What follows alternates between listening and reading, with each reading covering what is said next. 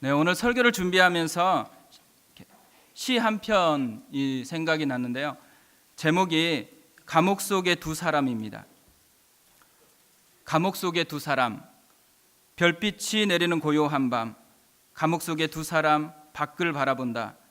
조그만 창문, 쇠창살을 보는 사람과 쇠창살 너머 별을 바라보는 사람. 쇠창살만 보는 사람은 낙심과 허무로 가득하나 창살 너머 별을 바라보는 사람은 내일을 향해 미소 짓는다.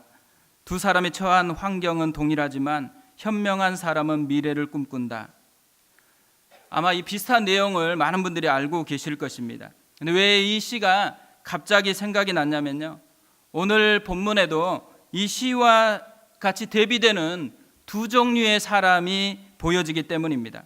한 종류는 유다와 예루살렘의 사람들이고 또 한 종류는 느헤미야입니다. 유다와 예루살렘 사람들의 모습을 성경은 사로잡힘을 면하고 남아있는 사람들이라고 합니다. 그렇다면 자연스럽게 느헤미야는 사로잡혀서 간 사람일 것입니다. 얼핏 보면 사로잡힘을 면하고 남아있는 사람들이 더 축복을 받은 사람 같습니다. 그래서 그들이 더 잘 살 것 같은 그런 생각이 들어집니다.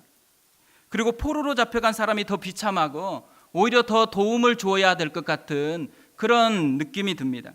그런데 오늘 말씀을 보면 전혀 다르게 전개가 되어집니다. 사로잡힘을 면하고 남아있는 유다와 예루살렘 사람들의 모습을 2절과 3절에서 이렇게 이야기를 합니다. 내 형제들 가운데 하나인 하나니가 두어 사람과 함께 유다에서 내게 이르렀기로 내가 그 사로잡힘을 면하고 남아있는 유다와 예루살렘 사람들의 형편을 물은즉 그들이 내게 이르되 사로잡힘을 면하고 남아있는 자들이 그 지방 거기에서 큰 환난을 당하고 능욕을 받으며 예루살렘 성은 허물어지고 성문들은 불탔다 하는지라. 그들이 지금 거기에서 환난을 당하고 있습니다. 그런데 그 환난이 너무 커서 큰 환난이라고 이야기합니다. 능욕을 받고 있습니다. 그러니까 엄청난 수모를 당하고 있는 것입니다. 그리고 예루살렘 성은 허물어져 있고 성문은 불탄 채로 그렇게 남아 있습니다. 안정된 삶이 아닙니다. 어떻게 보면 비참하고 너무도 불쌍하고 너무도 안 된 그런 모습입니다. 반면에 느헤미야는 정반대입니다. 그는 허물어진 성에서 살 것 같은데 실제 그가 살고 있는 것은 당대 최고의 왕궁이었던 수상궁에 살고 있습니다.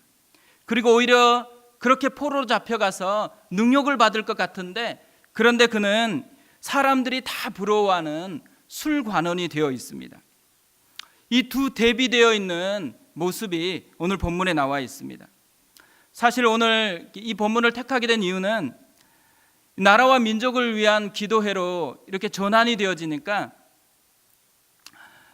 어떤 본문을 택해서 말씀을 전해야 될 것인가 기도하는데 이 느헤미야가 생각이 났습니다. 그래서 이 본문에서 느헤미야에 대해서 설교를 해야 되겠다. 그러면서 본문을 계속해서 보았습니다. 그런데 이 본문을 자꾸만 보는데 느헤미야가 자꾸 보여지는 게 아니라 이 유다와 예루살렘에 남아있는 사람들, 이 유다와 예루살렘에 남아있는 사람들에게 자꾸 시선이 가는 것입니다. 이 사람들을 계속 보고 또 묵상해 보면 이 사람들이 제가 만났던 성도님들 같아요. 그리고 또 이 사람들을 계속 보면 이 속에 제 모습이 있어요. 그리고 한국 교회의 모습이 있고 또 이 나라의 민족이 마치 이 사람들과 같다라는 생각을 많이 하게 되어집니다. 그리고 이 사람들을 계속해서 묵상하는데 작년에 있었던 저희 가정의 일이 생각이 났습니다. 작년에 제 둘째가 초등학교에 입학을 했습니다. 입학식을 끝마치고 나서 너무 학교가 좋다고 교장 선생님하고 사진을 찍어 왔습니다. 그래서 저는 아무 문제가 없을 거라고 확신을 했습니다. 다음 날 1학년 첫날 수업을 끝마치고 나서 문제가 생겼습니다. 잠을 안 자려고 합니다. 내일 아침에 일어날까 봐서. 학교 가기가 싫은 마음이 생긴 겁니다. 그래서 엄마가 달래가지고 학교까지 같이 갔습니다. 입구에 도착했는데 이제 교실로 들어가는 그 입구에서 울면서 엄마 품에 안겨가지고 떨어지지를 않는 것입니다. 1교시 때도 안 떨어지고 2교시 때도 안 떨어지고 3교시 때도 안 떨어지고, 그래서 양호실에 있다가 4교시 잠깐 들렸다가 집으로 왔습니다. 다음 날 또 울기 시작합니다.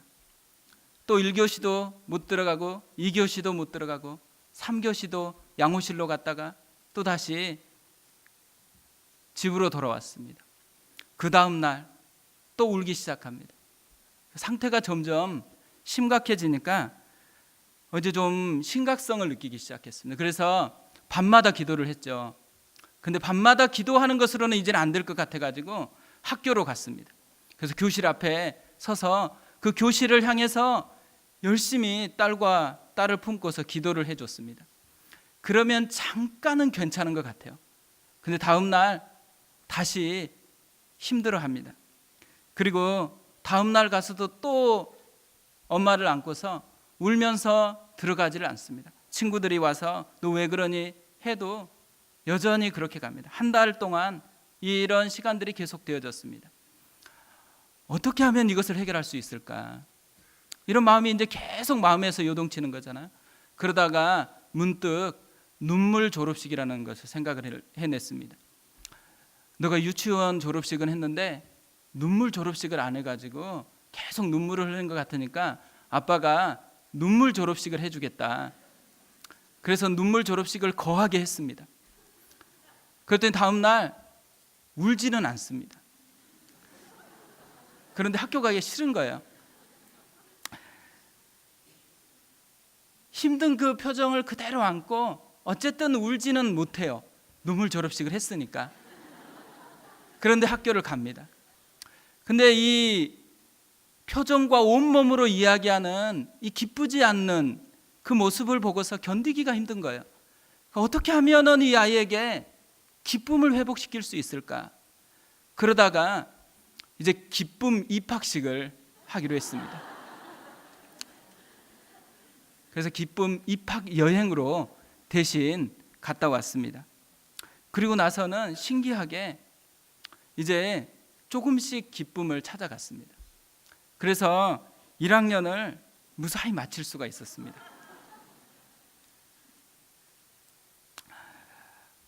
그런데 이 아이의 모습하고 이 오늘 유대와 예루살렘에 있는 사람들의 모습이 이렇게 오버랩이 되는 거예요. 그 모습을 바라보고 있는 하나님의 마음이 느껴지는 거예요. 그렇게 우리 아이처럼 울면서 힘들어하고 어찌할 바를 모르는 이 유대에 있는 사람들, 그 사람을 향한 하나님의 마음이 정말 마음으로 느껴지는 거예요. 그래서 왜 하나님께서 느헤미야를 설교하려고 했는데 이 본문을 계속 묵상하는데 이 유대와 예루살렘에 있는 사람들이 그렇게 내 눈에 머물게 했는지 이제 그 답을 찾았습니다. 하나님께서 자기 백성의 상황에 초점을 맞추는 설교를 하기를 원하신 것이 아니에요. 하나님은 그런 자기 백성들을 향해서 품고 있는 하나님의 마음에 대해서 좀 설교하기를 원한다라는 그런 생각이 들었습니다. 그래서 오늘 이 본문을 쭉 보면서 하나님의 마음이 어떠한지를 발견을 했습니다.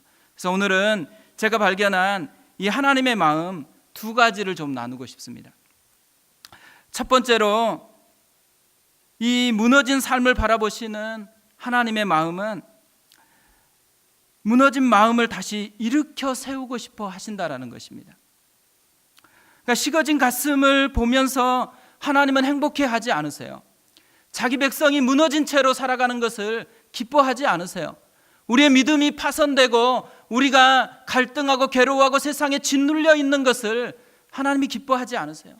식어진 마음에 다시 불을 붙여주고 싶어 하세요. 무너진 것에 다시 회복을 주고 싶어 하는 그 마음이 하나님의 마음이라는 것입니다. 예수님은 누가복음 15장에서 세 가지 비유를 통해서 우리에게 말씀을 하십니다. 세 가지 비유는 첫째는 잃은 양을 찾는 목자에 대한 이야기고, 두 번째로는 잃은 드라크마를 찾는 여인에 대한 이야기고, 세 번째가 잃은 아들을 기다리시는 아버지에 대한 이야기입니다. 이 세 가지 이야기를 통해서 예수님이 우리에게 들려주고 싶은 한 가지는 잃어버린 그 사람을 찾고 싶다라는 거잖아요. 무너져 있는 그 사람을 회복시키고 싶다라는 거예요. 깨진 그 마음을 다시 회복시키고 싶다라는 거죠. 그러면서 하나님께서요, 회복시키는 두 가지 방식을 이야기합니다. 하나는 뭐냐면 적극적으로 개입하는 방식이에요. 찾는 방식입니다. 두 번째는 뭐냐면 약간 소극적인 것 같은데 기다리는 방식이에요. 아버지처럼 기다리는 방식으로 회복을 시키십니다. 2절과 3절에 나오는 사로잡힘을 면하고 남아있는 유다와 예루살렘 사람들, 이 표현을 계속해서 묵상해 보면 그곳에 하나님의 이 찾고 기다리시는 마음이 담겨 있습니다.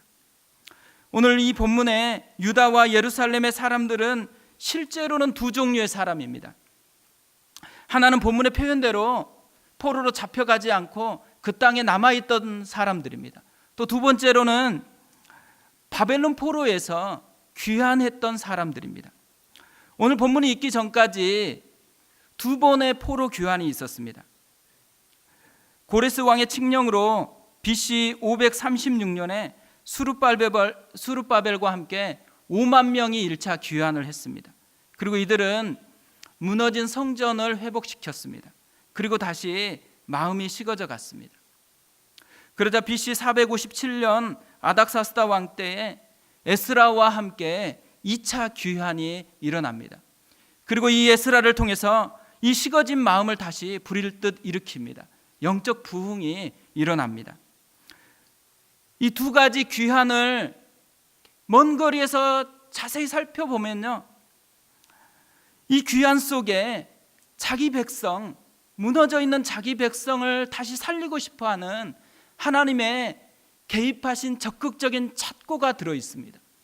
그리고 그 찾아서 보냈던 그것을 통해서 자기 백성이 회복되는 것을 바라보는 기다리시는 하나님의 마음이 거기에 담겨 있습니다.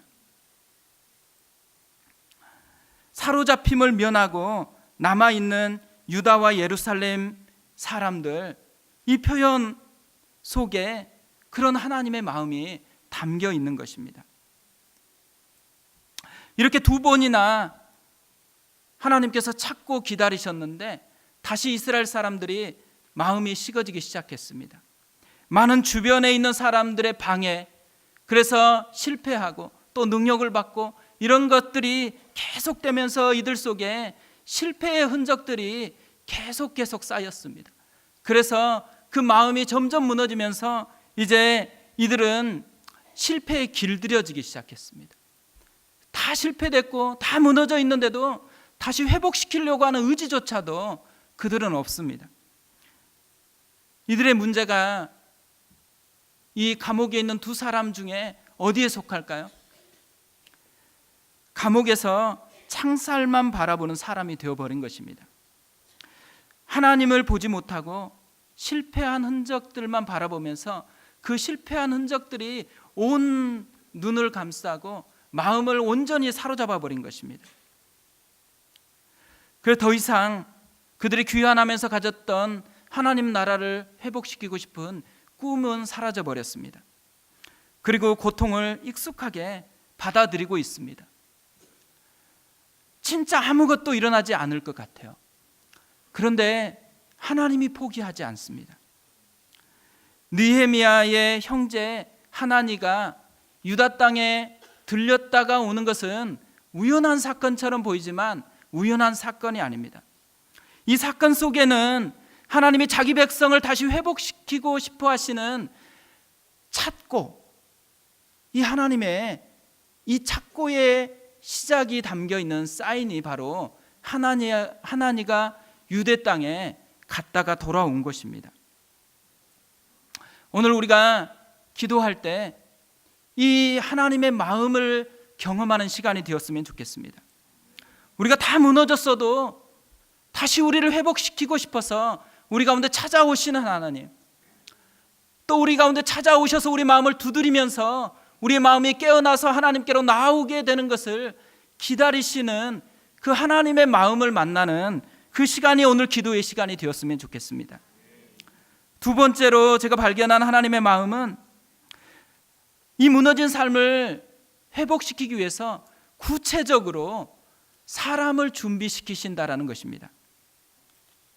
기도의 성자 E.M. 바운드는 사람은 더 나은 방법을 찾고 있지만 하나님은 더 나은 사람을 찾으신다고 했습니다. 느헤미야가 있었던 수상궁에서 예루살렘까지의 거리는 약 3,600km 정도 된다고 합니다. 하나님께서 유다와 예루살렘에서 사람을 찾았으면 괜찮았었는데 거기에 하나님이 찾으시는 사람이 없었습니다. 그런데 하나님께서 이 3,600km나 떨어진 그곳에서 사람을 준비시키십니다. 아마 유다 땅에 있는 사람들은 아무도 이 3,600km 떨어진 그곳에서 하나님이 지금 사람을 준비시키고 있다는 것을 생각하지도 못했을 것입니다. 이 예기치 않는 곳, 전혀 기대하지도 않는 곳, 그곳에서조차 하나님께서 사람을 준비시키고 있다는 것입니다. 제가 이 말씀을 보면서 이런 마음이 들더라고요. 하나님, 우리의 자녀들이 하나님께서 예기치 않는 그곳에서 준비시키는 그 사람이 되게 해주십시오. 하나님, 우리 자녀들이 문제가 많고 우리가 보기에는 기대감도 떨어지고 얘가 커서 어떻게 되려나 이런 생각이 드는 그 아이가 예기치 않는 하나님이 준비시키는 그 사람이 되는 은혜를 경험하는 것, 이게 하나님의 마음이라고 생각이 되어집니다. 우리 교회 가운데서 이런 하나님의 역사가 일어났으면 좋겠습니다. 하나님께서 느헤미야를 준비시키는데 느헤미야를 세 가지로 준비시키십니다. 첫 번째로 느헤미야에게서 나타나는 준비됨은 마음이 자기 백성에게 있다라는 것입니다. 느헤미야는 1세대나 1.5세대가 아닙니다. 2세대입니다. 포로로 끌려가서 부모님이 그곳에서 만나서 아이를 낳았는데 그 아이가 느헤미야인 것입니다.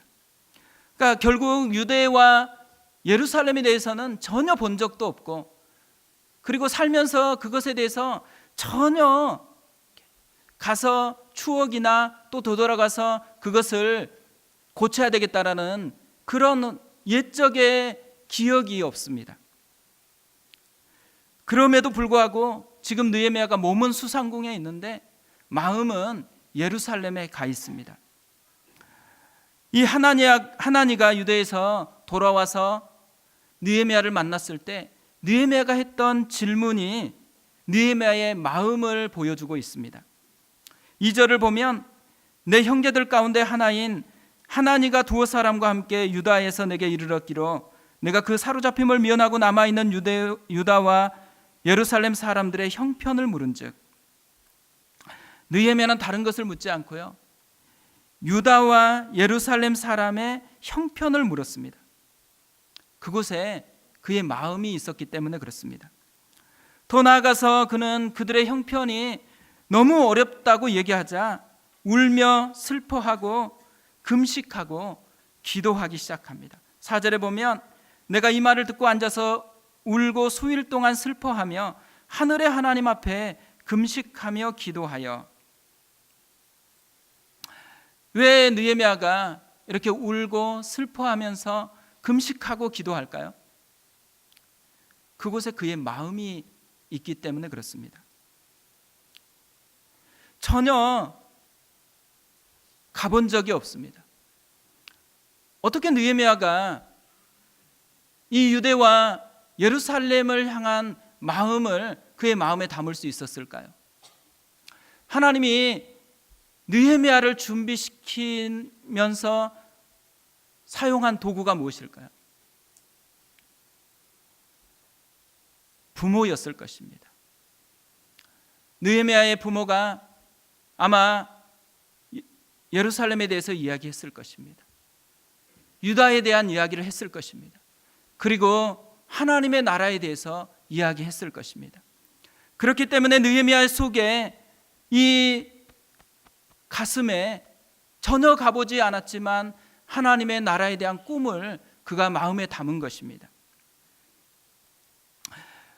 오늘 우리가 엄마 아빠로 부름받고 하나님께서 우리에게 자녀를 주었다라는 것은 그 자녀에게 느헤미야의 부모와 같은 사람이 되라는 것입니다. 자녀에게 하나님의 나라에 대해서 이야기해주고 그 아이에게 하나님의 꿈에 대해서 이야기해 주라는 것입니다. 그래서 그가 아직은 경험해 본 적이 없다고 할지라도 어느 순간 하나님의 때가 된 그 순간에 하나님의 꿈을 붙잡고 일어서기를 원하시는 것입니다. 하나님께서 이 땅에 교회를 주신 이유가 어디에 있을까요? 느헤미야의 부모와 같은 교회가 되라고 하나님께서 우리 교회를 이곳에 세워주셨다고 생각합니다. 오늘 우리가 나라와 민족을 위해서 기도하는 이유가 있다면 이 나라 이 민족 가운데 느헤미야의 마음, 느헤미야의 부모처럼 품고 기도하면서 하나님께서 이 나라 이 민족 가운데 느헤미야와 같은 지도자가 세워질 수 있는 또 이 나라 이 민족을 품는 그런 마음을 우리에게 주시려고 이런 기도회가 우리에게 주어졌다고 생각합니다. 두 번째로 느헤미야가 준비되었던 것은 문제의 핵심을 파악하는 능력이 그에게 있었습니다. 사실 변죽만 울리다가 시간이 가버리면 안 되잖아요. 본질을 파악하고 본질을 붙드는 것이 지도자에게는 필요합니다. 느헤미야의 기도가 5절에서 11절까지 길게 나와 있습니다. 이 기도문을 보면 느헤미야가 문제를 어떻게 바라보고 있는지가 나와 있습니다. 문제의 핵심을 어떻게 다루는지를 느헤미야가 보여주고 있습니다. 느헤미야는 문제의 핵심이 하나님을 떠난 것에 있다라는 것을 깨달았습니다. 하나님을 의지하지 않는 것이 문제라는 것을 발견을 했습니다. 하나님과 관계가 깨진 것이 그들의 문제라고 생각을 했습니다. 그래서 느헤미야는 이 하나님과 관계 회복을 위해서 두 가지를 붙들고 기도를 합니다. 첫 번째로는 회개하면서 기도합니다. 6절과 7절에 보면 이제 종이 주의 종들인 이스라엘 자손을 위하여 주야로 기도하오며 우리 이스라엘 자손이 주께 범죄한 죄들을 자복하오니 주는 귀를 기울이시며 눈을 여시사 종의 기도를 들으시옵소서.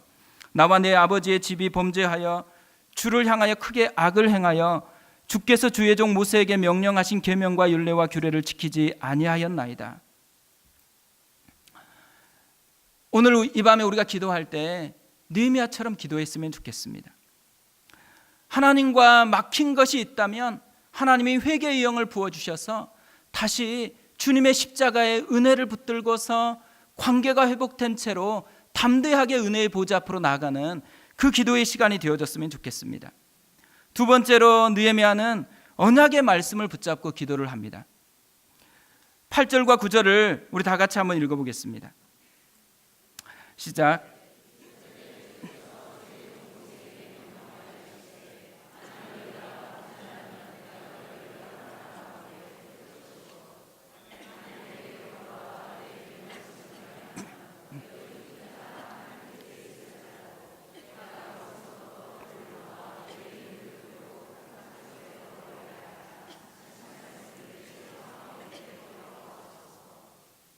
하나님이 응답하시는 기도의 비결은 우리의 상황의 절박함이 아닙니다.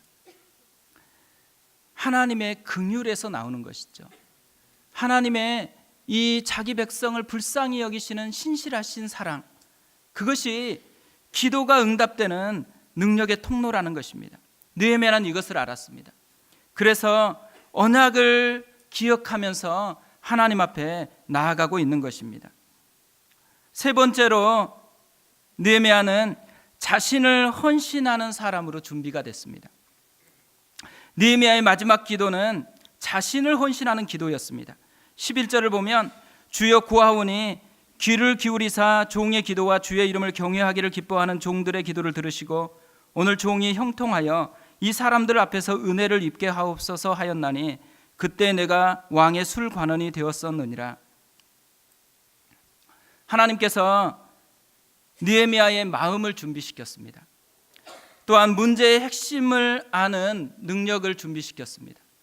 그뿐 아니라 자신을 헌신하는 사람으로 느헤미야를 준비시켰습니다. 그래서 그 느헤미야를 통해서 다시 하나님의 회복의 이야기가 시작이 되게 하셨습니다. 자, 오늘 이 설교를 마무리하면서 대학 때 읽었던 전능자의 그늘이라는 책에서 본 기도문이 생각이 났습니다. 이 책은 에콰도르의 아우카족에게 복음을 전하다 순교한 짐 엘리엇의 전기입니다. 그런데 이 책에 짐 엘리엇의 기도문이 나와 있습니다. 그 기도문 중에 일부입니다. 하나님, 마른 막대기 같은 제 삶에 불을 붙이사 주님을 위해 온전히 소멸하게 하소서. 나의 하나님, 제 삶은 주의 것이오니 다 태워주소서. 저는 오래 사는 것을 원치 않습니다. 다만 주 예수님처럼 꽉 찬 삶을 원합니다. 다시 한번 읽어드리겠습니다. 하나님, 마른 막대기 같은 제 삶에 불을 붙이사 주님을 위해 온전히 소멸하게 하소서. 나의 하나님, 제 삶은 주의 것이오니 다 태워주소서. 저는 오래 사는 것을 원치 않습니다. 다만 주 예수님처럼 꽉 찬 삶을 원합니다. 우리 이 시간에 같이 한번 기도했으면 좋겠습니다.